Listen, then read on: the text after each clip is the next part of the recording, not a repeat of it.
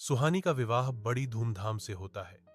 जब वह पहली बार ससुराल के आंगन में कदम रखती है तो दिल में डर भी है और उम्मीद भी। सास सरोज देवी अपने सख्त अनुशासन और नियमों के लिए पूरे मोहल्ले में जानी जाती हैं। सुहानी को हर चीज नाप तौल कर करनी होती है।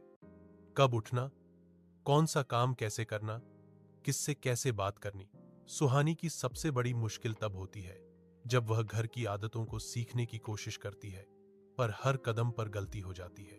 कभी चाय में चीनी कम, कभी दाल ज्यादा उबल जाती है। घर वालों को कुछ नहीं कहना होता, पर सरोज देवी की भौहें तन जाती हैं। पर फिर भी सुहानी हर दिन मुस्कुराकर सारे काम करती है। रात को अपने कमरे में जाकर रो लेती है, लेकिन सुबह फिर से हिम्मत के साथ दिन शुरू करती है। धीरे धीरे सास की नजर उसे देखने लगती है। ये लड़की मेहनती है, बस घबराई हुई है।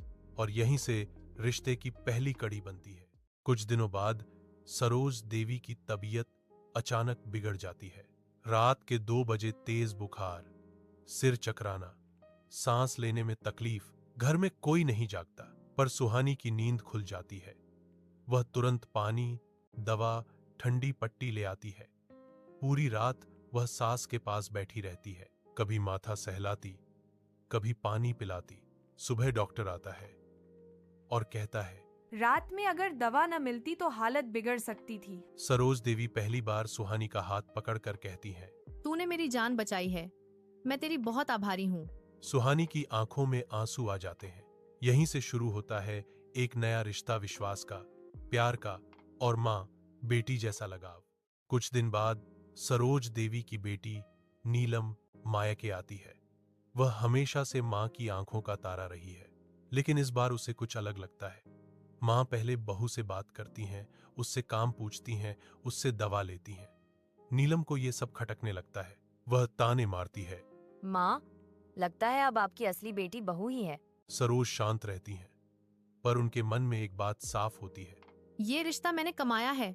बेटी जन्म से होती है, पर बहू कर्म से बेटी बनती है। सुहानी ये सब सुनकर कभी जवाब नहीं देती। वह दोनों के लिए चाय बनाती है और मुस्कुराकर देती है, लेकिन नीलम का मन खिंचा रहता है। घर में तनाव बढ़ने लगता है।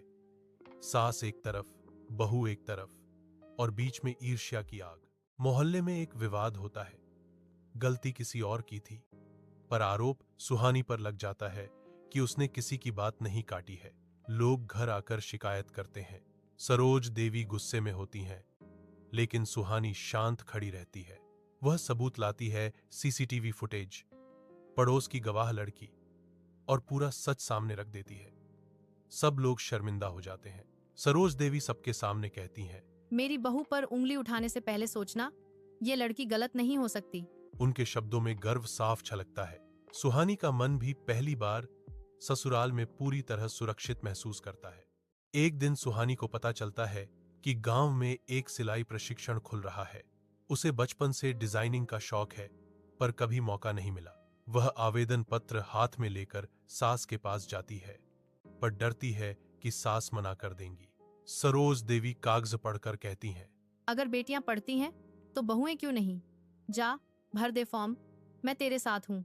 सुहानी की आंखें चमक उठती हैं। सरोज देवी पहली बार उसे बाहर दुकान तक छोड़ने जाती हैं। रिश्ता एक कदम नहीं, कई कदम आगे बढ़ चुका था। एक शाम सुहानी के मायके से फोन आता है। उसके पिता गिरकर घायल हो गए हैं। सुहानी रो पड़ती है।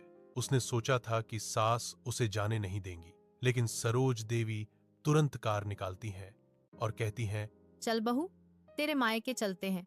बेटी के घर संकट आए तो क्या माँ बैठी रहती है? एक एक चीज संभालती हैं डॉक्टर, दवाई, अस्पताल, खर्च। सुहानी को लगने लगता है कि वह सच में बेटी बन गई है। गांव की कुछ औरतें सरोज देवी को चिढ़ाने आती हैं। बहू को सिर पर चढ़ा रखा है। बहुएं अगर ज्यादा सिर चढ़ जाएं तो घर बर्बाद हो जाते हैं।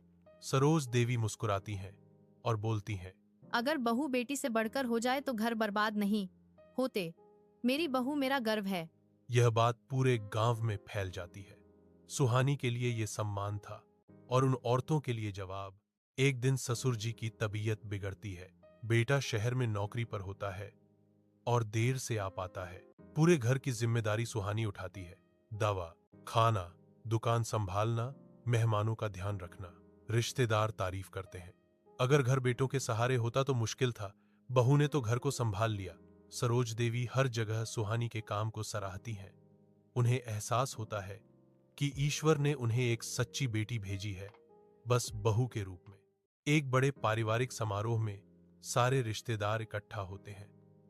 नीलम भी आती है और चुपचाप बैठी रहती है। सब लोग सास से पूछते हैं, सरोज जी, आपकी बेटी कहाँ है? सरोज देवी हाथ पकड़कर सुहानी को आगे लाती हैं और कहती हैं, मेरी बेटी यही है।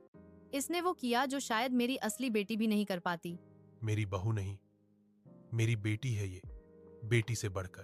पूरा हॉल तालियों से गूंज उठता है। सुहानी भावुक होकर सास के पैर छूती है। सरोज उसे गले लगाकर कहती हैं, आज से तू बहू नहीं, मेरी बेटी है। और इस एक वाक्य के साथ एक रिश्ता हमेशा के लिए बदल जाता है। मुझे पूरा यकीन है आपको ये फैमिली स्टोरी पसंद आई होगी। तो दोस्तों, ऐसी ही और स्टोरियां देखने के लिए मेरे चैनल को सब्सक्राइब करना मत भूलिए।